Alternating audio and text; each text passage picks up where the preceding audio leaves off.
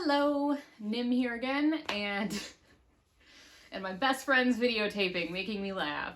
So this video is me recommending books that I think you should read in October, whether it's because they're actually scary for Halloween or they just have autumn vibes.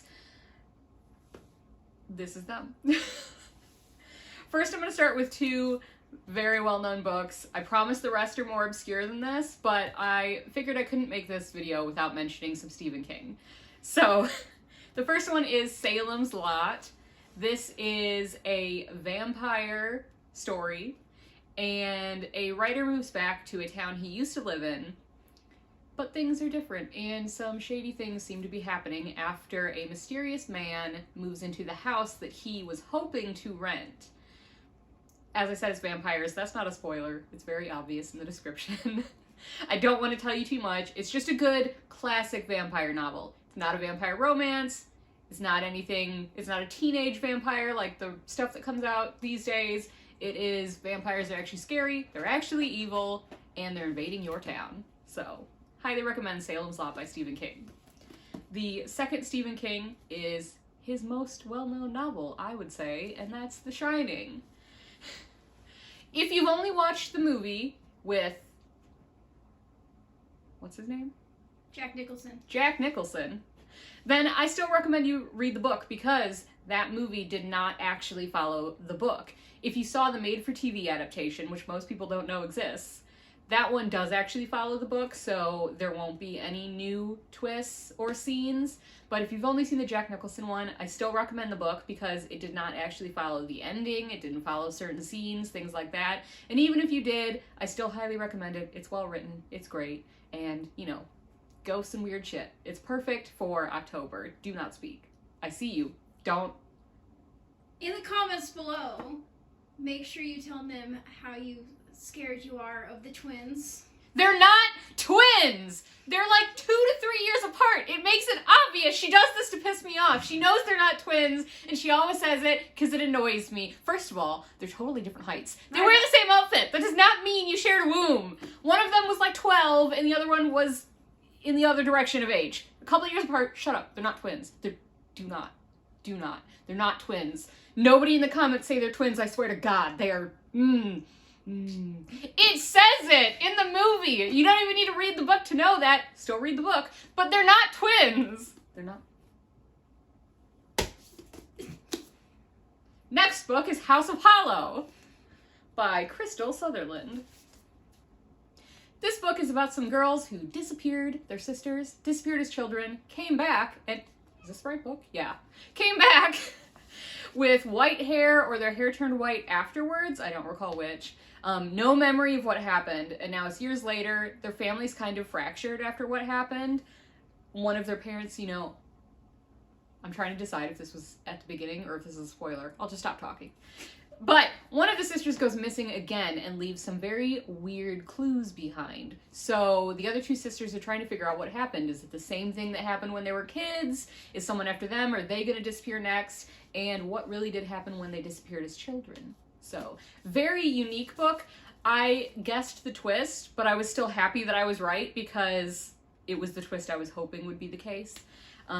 Strange, very quick read. It's not long. And yeah. Worth it, in my opinion. Next, we have What Big Teeth by Rose Sabo. First of all, the cover. I fully bought this for the cover, and I was really happy that I did. It gave me, like, Howl's Moving Castle if it were a lot more dark and twisted than Howl's Moving Castle was. If you read this, I hope you understand why I say that. I read the book also of Howl's Moving Castle and watched the movie, but there are some things that line up where I'm like, oh, that could kind of be that person, and that situation kind of mirrored this situation. It was like that, but dark and twisted. So, perfect for October. It starts with this girl who was sent to boarding school when she was young. She doesn't really remember why she was sent away and why her family isn't in heavy communication with her. Some of them won't even answer her letters. And then she gets kicked out of school and she has to go back home. The twist, which is not a spoiler because it is in the description, is that they're sort of a family of monsters. And I won't say what type or who's what because there are different types, but she's trying to figure out. Ro's really trying to distract me right now. She's trying to figure out what happened, her place in the family, and how to move forward and fix it. And yeah, it was a lot more dark and twisted than I expected, and it was great, and it was weird. So absolutely recommend this one for October. Obviously, I recommend all of these, that's the point, but I really, really recommend that one if you even only choose one or a couple books from these stacks. Next is Heart-Shaped Box from Joe Hill. This is Stephen King's son. Do you want to read this, Ro?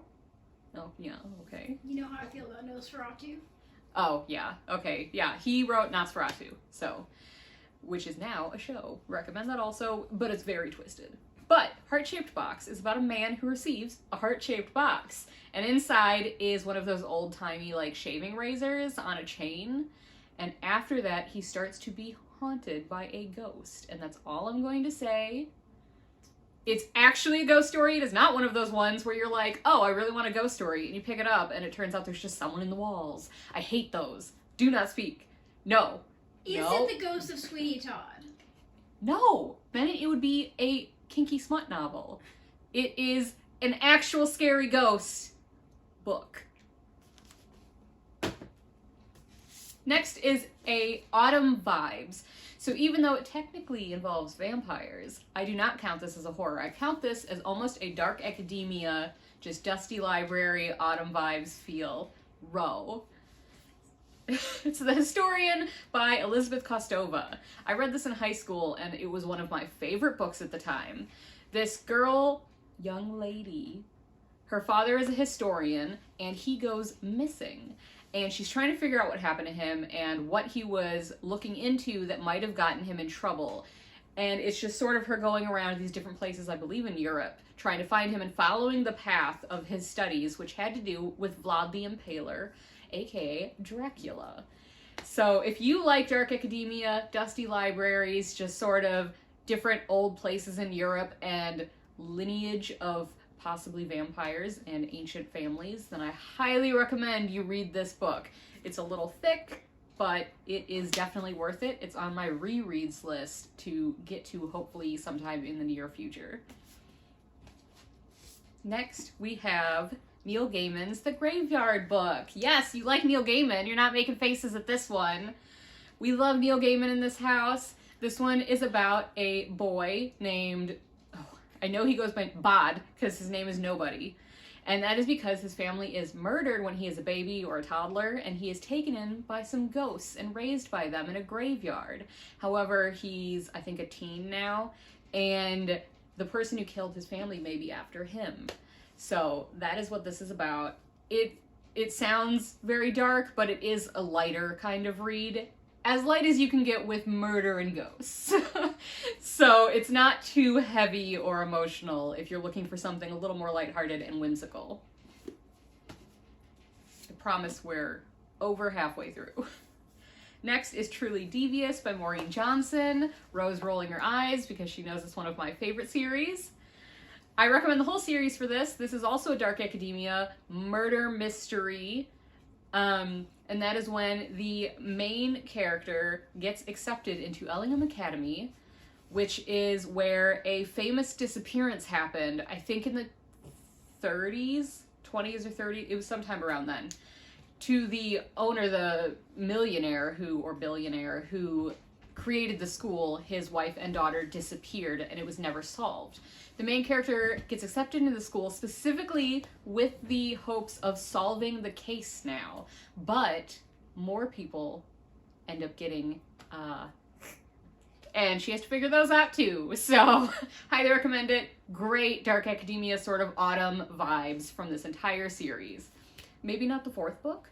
This is a trilogy technically, and then they added, the series continued with totally different plot in a different place. Didn't like the fourth book. Highly recommend the first 3 books. Next, you read this with me, Ro. The Book of Lost Things. I love that one. Yes, by John Connolly. This book will rip your heart out and eat it. 100%. I took a break from this book for a couple of weeks after, like, the beginning. I was just like, I I need some time. And that is because this isn't a spoiler, this is a warning. If you do not like hearing about really sad things and poor treatment on young children, things like that, neglect, you might not want to read this book. It is nothing too severe, it's just so realistic, and it's hard for me to hear about kids and innocents being treated in a way they shouldn't. So that was hard for me. You might cry in this, but there is also a lot of dark fairy tale, folkloric stories and creatures and fantasy world involved in this. Don't speak. This is not your video, Ro. Do not open that mouth. No. And this is about a little boy. Also, stop it! LGBT rep in this book. Good. Also, I don't remember that at all. the Knights. Don't say anything else. I don't remember it, and I want to be able to reread it someday and have new things. Maybe. Anyways, little boy, his father just gets remarried, and he finds out that there may, supposedly, he heard based on a family disappearance, be a way into another world in his yard. And that's all I'm going to say. It is very dark and sad. So if you're into that, I'm rarely into that, but it was worth it. If you're into that, I highly recommend The Book of Lost Things by John Connolly. All right, fourth to last. This is My Best Friend's Exorcism by Grady Hendrix, who is one of my favorite horror writers. I say that his horror is sometimes funny. It's so whimsical, but still horror writer. I love Grady Hendrix, and I love this cover. Absolutely adore this. I think there's a different cover, but definitely try to get this one if you can. And this is exactly what it says. I believe it's either in the 80s or the 90s. I think, yeah, the 80s. Obviously, I should have known that. It's in the 80s. And a girl's best friend, after a sort of hangout late at night with her friends, starts acting very strangely. And it becomes clear to her that her friend may be possessed. And she obviously wants to save her. And that's what this book is about. It's good. I love it. The back is even also very 80s retro, like slasher film looking. Trying not to knock over this big stack of books. Third to last, we have The Return from Rachel Harrison. This one some people are into, and then other people were like, didn't do it for me. I'm one of the people that I was really into it. A woman disappears, and I believe it's 2 years later. It's some long amount of time. She returns, and she has no memory of what happened.